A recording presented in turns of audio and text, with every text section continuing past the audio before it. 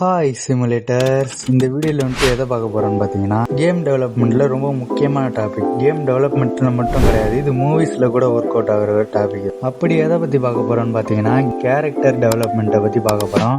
So வாங்க வீடியோக்குள்ளே போய் பார்க்கலாம்.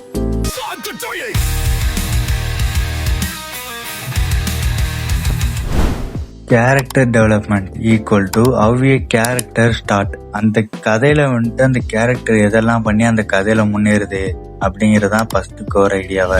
இதுல வந்துட்டு ரெண்டு டைப் இருக்கு, ஒன்னு இன்டர்னல், இன்னொன்னு எக்ஸ்டர்னல்.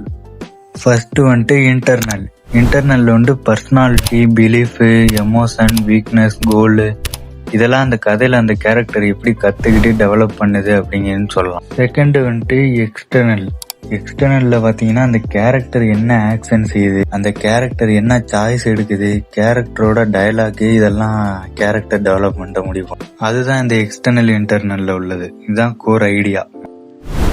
செகண்டா என்ன பார்க்க போறோம்னா, two types of character development. ஒன்னு ஸ்டாட்டிக் கேரக்டர் டெவலப்மெண்ட். இந்த டைப் ஆஃப் கேரக்டர் டெவலப்மெண்ட் வந்துட்டு டெவலப்மெண்ட்டே இருக்காது இந்த கேரக்டருக்கு. ஃபார் எக்ஸாம்பிள் பார்த்தோம்னா நம்ம பேட்மேன் எடுத்துக்கலாம். பேட்மேன் கேரக்டர் வந்து ஜஸ்டிஸுக்காக போராடுற கேரக்டர். நீங்க நல்லா கவனிச்சீங்கன்னா கேரக்டர் வந்து சேஞ்ச் ஆகல, ஆனா அந்த வேர்ல்டு தான் சேஞ்ச்.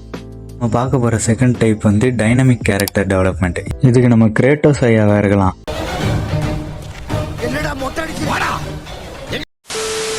அதாவது காட் ஆஃப் வார்ல வந்துட்டு ஒரு கிரேட்டோஸ்ங்கிற கேரக்டர் இருக்கும். அது வந்துட்டு ட்ரூத்லெஸ்ஸான காட் கில்லரா இருந்துட்டு எப்படி ஒரு நல்ல ஃபாதர் ஆகுது அப்படிங்கிற மாதிரி ஒரு கேரக்டர் டெவலப்மெண்ட் கொடுத்துருப்பாங்க அந்த ஸ்டோரி ரைட்டர்ஸ். ஆடியன்ஸ் வந்து அந்த ஸ்டோரியை கேர் எடுத்தே பார்க்க மாட்டாங்க. என்ன நடந்தா எனக்கு என்ன அப்படின்னு யோசிக்க ஆரம்பிச்சிருவாங்க. கேம் கேரக்டரோட கனெக்ட் ஆகணும்னா அதுக்கு கேரக்டர் டெவலப்மெண்ட்டுங்கிறது வேணும். கேரக்டர் டெவலப்மெண்ட் வந்து ஒரு எமோஷனல் வெயிட் கொடுக்கும். அதனால அந்த கேரக்டர் கூட பிளேயர்ஸால ஈஸியா கனெக்ட் ஆக முடியும். கேரக்டர் டெவலப்மெண்ட் வந்துட்டு நம்ம கேமோட இப்படி எக்ஸாம்பிள் பண்ணி பார்க்கலாம். கேரக்டர் டெவலப்மெண்ட் வந்து வெறும் ரைட்டிங் மட்டும் கிடையாது, அது ஒரு எக்ஸ்பீரியன்ஸ் கொடுக்கணும் பிளேயர்ஸுக்கு. பிளேயர் சாய்ஸ் லைக் இந்த விச்சர் 3, டிட்ராய்ட் பிகம் எ ஹியூமன், அந்த மாதிரி கேம்ஸ்ல வர மாதிரி பிளேயரை சாய்ஸ் பண்ணி விளையாட விடலாம். அடுத்து வந்துட்டு dialogue, cut scene, game play, mechanics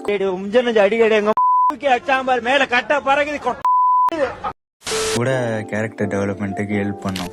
example வந்து RDR 2ல வந்துட்டு ஆர்தர் மார்கனோட ஆக்ஷன்ஸ் வந்து அவரோட ஆனரையும் அண்ட் ஃபேட்டையும் முடிவு பண்றாங்க.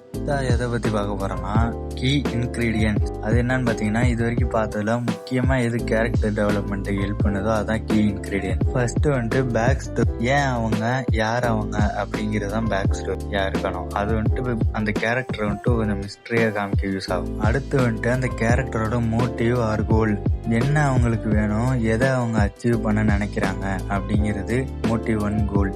கான்ஃபிளிக்ட் வந்து எது அவங்கள சேலஞ்ச் பண்ணுது, ஃபோர்ஸ் பண்ணுது அப்படிங்கறதுதான் இந்த கான்ஃபிளிக்ட்.